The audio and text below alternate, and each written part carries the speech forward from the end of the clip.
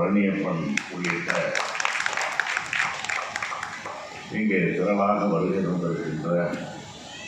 இளம் எழுத்தாளர்கள், நடுத்தர எழுத்தாளர்கள், மூத்த எழுத்தாளர்கள் மற்றும் அனைத்து பதிப்பகத்தார்கள்,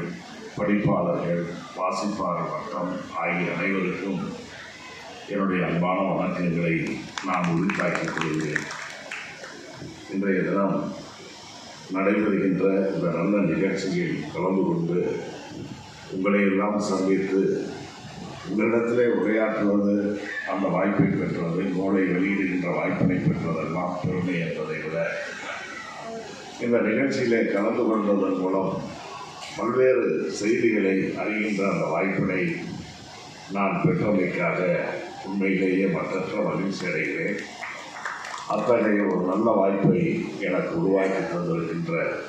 அருணன் பதிப்பகத்தாருக்கு